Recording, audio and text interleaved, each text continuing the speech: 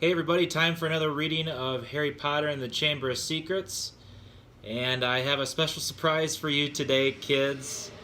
Um, After thinking about it after a few days, I have done the unthinkable, but it needed to be done. So, without further ado, here's Mr. Bunt with the buzz cut. And I think I did a pretty good job, but I figured I would give you a little laugh on this Wednesday afternoon. But took all my hair off. Look at that. I haven't had a buzz cut since I was 10 years old. And I showed it to my sister and my nephew and my dad, and they were all in shock. But my hair was getting too long, and I can't go get a haircut right now. So I figured I just had to do it. It was quite sad, but you know what? It is what it is. It'll grow back, right? So I think we'll just have to make it do for now. So here you go.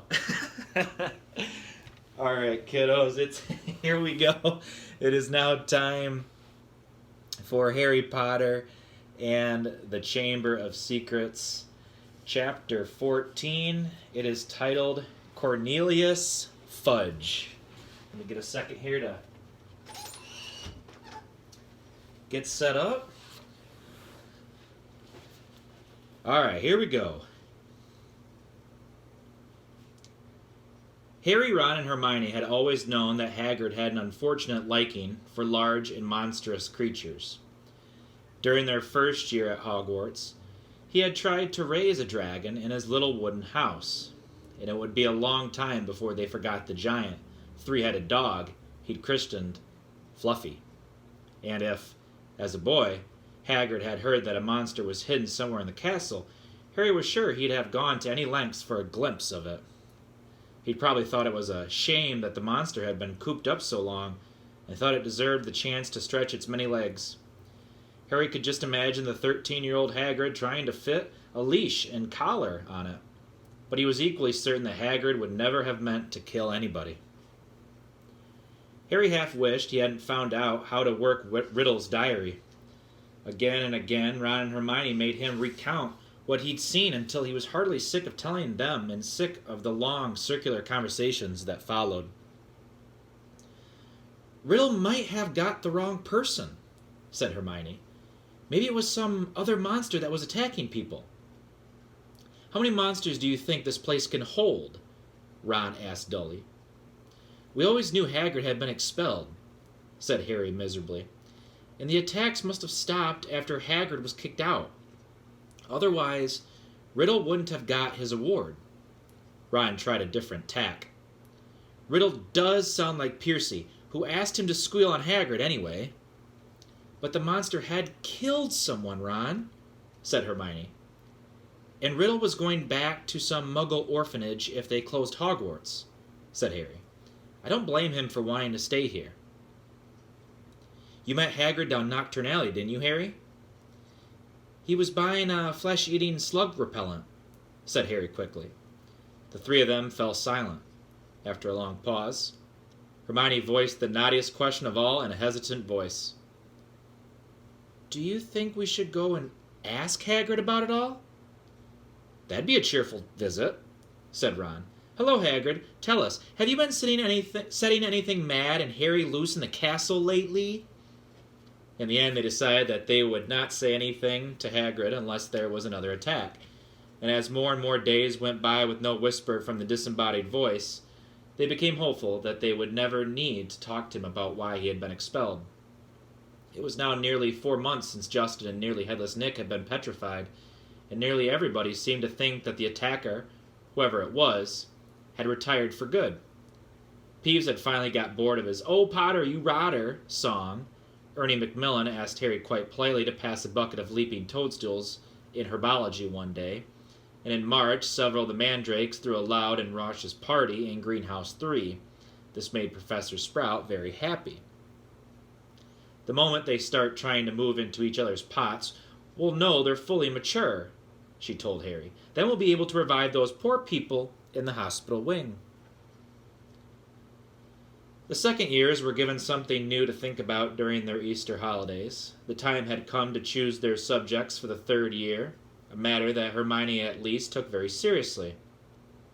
It could affect our whole future, she told Harry and Ron as they pored over lists of new subjects, marking them with checks. I just want to give up potions, said Harry. We can't, said Ron gloomily. We keep all our old subjects, or I'd have ditched Defense Against the Dark Arts. But that's very important, said Hermione, shocked. Not the way Lockhart teaches it, said Ron. I haven't learned anything from him except not to set pixies loose. Neville Longbottom had been sent letters from all the witches and wizards in his family, all giving him different advice on what to choose.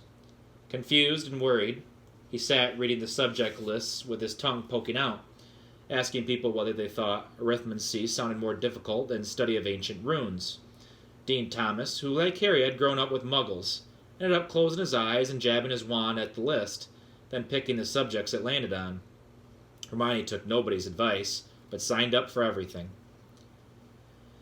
Harry smiled grimly to himself at the thought of what Uncle Vernon and Aunt Petunia would say if he tried to discuss his career in wizardry with them. Not that he didn't get any guidance. Percy Weasley was eager to share his experience. Depends where you want to go, Harry, he said. It's never too early to think about the future, so I'd recommend divination.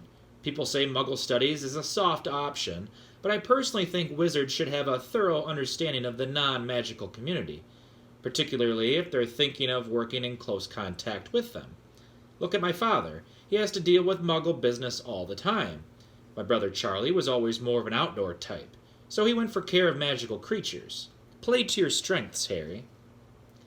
But the only thing Harry felt he was really good at was Quidditch. In the end, he chose the same new subjects as Ron, feeling that if he was lousy at them, at least he'd have someone friendly to help him. Gryffindor's next Quidditch match would be against Hufflepuff. Wood was insisting on team practices every night after dinner so that Harry barely had time for anything but Quidditch and homework. However, the training sessions were getting better, or at least drier, and the evening before Saturday's match, he went up to his dormitory to drop off his broomstick, feeling Gryffindor's chances for the Quidditch Cup had never been better. But his cheerful mood didn't last long. At the top of the stairs to the dormitory, he met Neville Longbottom, who was looking frantic. Harry, I don't know who did it. I just found... Watching Harry fearfully, Neville pushed open the door. The contents of Harry's trunk had been thrown everywhere. His cloak lay ripped on the floor. The clothes had been pulled off his four-poster, and the drawer had been pulled out of his bedside cabinet, the contents strewn over the mattress. Harry walked over to the bed, open-mouthed, treading on a few loose pages of Travels with Trolls, as he and Neville pulled the blankets back onto his bed. Ron, Dean, and Seamus came in. Dean swore loudly. "What happened, Harry?" "No idea," said Harry, but Ron was examining Harry's robes. All the pockets were hanging out. "Someone's been looking for something," said Ron. "Is there anything missing?" Harry started to pick up all his things and throw them into his trunk. It was only as he threw the last of the Lockhart books back into it that he realized that what wasn't there. "Riddle's diary's gone," he said in undertone to Ron. "What?" Harry jerked his head toward the dormitory door, and Ron followed him out. They hurried down to the Gryffindor common room, which was half empty, and joined Hermione, who was sitting alone, reading a book called Ancient Runes Made Easy. Hermione looked aghast at the news. "But only a Gryffindor could have stolen. Nobody else knows our password." "Exactly," said Harry. They woke the next day to brilliant sunshine and a light, refreshing breeze. "Perfect Quidditch conditions," said Wood enthusiastically at the Gryffindor table, loading the team's plates with scrambled eggs. "Harry, buck up there. You need a decent breakfast." Harry had been staring down the packed Gryffindor table, wondering if the new owner of Riddle's diary was right in front of his eyes. Hermione had been urging him to report the robbery, but Harry didn't like the idea. He'd have to tell a teacher all about the diary and how many people knew why Hagrid had been expelled 50 years ago. He didn't want to be the one who brought it all up again. As he left the Great Hall with Ron and Hermione to go and collect his Quidditch things, another very serious worry was added to Harry's growing list. He had just set one foot on the marble staircase when he heard it yet again. Kill this time. Let me rip. Tear. He shouted aloud, and Ron and Hermione both jumped away from him in alarm. The voice! Said Harry, looking over his shoulder. I just heard it again. Didn't you? Ron shook his head, wide-eyed. Hermione, however, clapped a hand to her forehead. Harry, I think I've just understood something. I've got to go to the library. And she sprinted away up the stairs. What does she understand? Said Harry distractedly, still looking around, trying to tell where the voice had come from. Loads more than I do, said Ron, shaking his head. But why she's got to go to the library? Because that's what Hermione does, said Ron, shrugging. When in doubt, go to the library. Harry stood, irresolute, trying to catch the voice again, but people were now emerging from the great hall behind him, talking loudly, exiting through the front doors on their way to the Quidditch pitch. You'd better get moving, said Ron. It's nearly 11, the match. Harry raced up to Gryffindor Tower, collected his Nimbus 2000, and joined the large crowd swarming across the grounds. But his mind was still in the castle along with the bodiless voice, and as he pulled on his scarlet robes in the locker room, his only comfort was that everyone was now outside to watch the game. The teams walked onto the field to tumultuous applause. Oliver Wood took off for a warm-up flight around the goalposts. Madam Hooch released the balls. The Hufflepuffs were played in canary yellow, where standing in a huddle, having a last-minute discussion of tactics.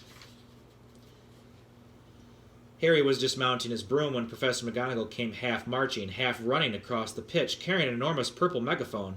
Harry's heart dropped like a stone. This match has been cancelled, Professor McGonagall called through the megaphone, addressing the packed stadium. There were boos and shouts. Oliver Wood, looking devastated, landed and ran toward Professor McGonagall without getting off his broomstick. But, Professor, he shouted, we've got to play! The cup! Gryffindor! Professor McGonagall ignored him and continued to shout through her megaphone. All students are to make their way back to the house common rooms, where their heads of houses will give them further information. As quickly as you can, please. Then she lowered the megaphone and beckoned Harry over to her. Potter, I think you'd better come with me. Wondering how she could possibly suspect him this time, Harry saw Ron detach himself from the complaining crowd. He came running up to them as they set off toward the castle. To Harry's surprise, Professor McGonagall didn't object. Yes, perhaps you'd better come too, Weasley. Some of the students swarming around them were grumbling about the match being cancelled. Others looked worried. Harry and Ron followed Professor McGonagall back into the school and up this marble staircase, but they weren't taken to anybody's office this time. This will be a bit of a shock, said Professor McGonagall in a surprisingly gentle voice as they approached the infirmary. There has been another attack. Another double attack. Harry's insides did a horrible somersault. Professor McGonagall pushed the door open, and he and Ron entered. Madame Pomfrey was bending over a sixth-year girl with long curly hair. Harry recognized her as the Ravenclaw they'd accidentally asked for directions to the Slytherin common room. And on the bed next to her was... Hermione! Ron groaned. Hermione lay utterly still, her eyes open and glassy. They were found near the library, said Professor McGonagall. I don't suppose either of you can explain this? It was on the floor next to them. She was holding up a small circular mirror. Harry and Ron shook their heads, both staring at Hermione. I will escort you back to Gryffindor Tower, said Professor McGonagall heavily. I need to address the students in any case. All students will return to their house common rooms by 6 o'clock this evening. No student is to leave the dormitories after that time. You will be escorted to each lesson by a teacher. No student is to use the bathroom unaccompanied by a teacher. All further Quidditch training and matches are to be postponed. There will be no more evening activities. The Gryffindors packed inside the common room listened to Professor McGonagall in silence. She rolled up the parchment from which she had been reading and said in a somewhat choked voice, I need hardly add that I have rarely been so distressed. It is likely that the school will be closed unless the culprit behind these attacks is caught. I would urge anyone who thinks they might know anything about them to come forward. She climbed somewhat awkwardly out of the portrait hole, and the Gryffindors began talking immediately. That's 2 Gryffindors down, not counting a Gryffindor ghost, 1 Ravenclaw and 1 Hufflepuff, said the Weasley twins' friend Lee Jordan, counting on his fingers. Haven't any of the teachers noticed that the Slytherins are all safe? Isn't it obvious all this stuff's coming from Slytherin? The heir of Slytherin, the monster of Slytherin. Why don't they just chuck all the Slytherins out? He roared, to nods and scattered applause.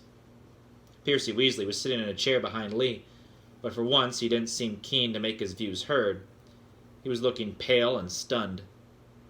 Percy's in shock, George told Harry quietly. That Ravenclaw girl, Penelope Clearwater, she's a prefect. I don't think he thought the monster would dare attack a prefect. But Harry was only half listening. He didn't seem to be able to get rid of the picture of Hermione, lying on the hospital bed as though carved out of stone, and if the culprit wasn't caught soon, he was looking at a lifetime back in the Dursleys. Tom Riddle had turned Hagrid, and because he was faced with the prospect of a Muggle orphanage if the school closed, Harry now knew exactly how he had felt. "What are we going to do?" said Ron quietly in Harry's ear. "Do you think they suspect Hagrid?" "We've got to go and talk to him," said Harry, making up his mind. "I can't believe it's him this time, but if he set the monster loose last time, he'll know how to get inside the Chamber of Secrets, and that's a start.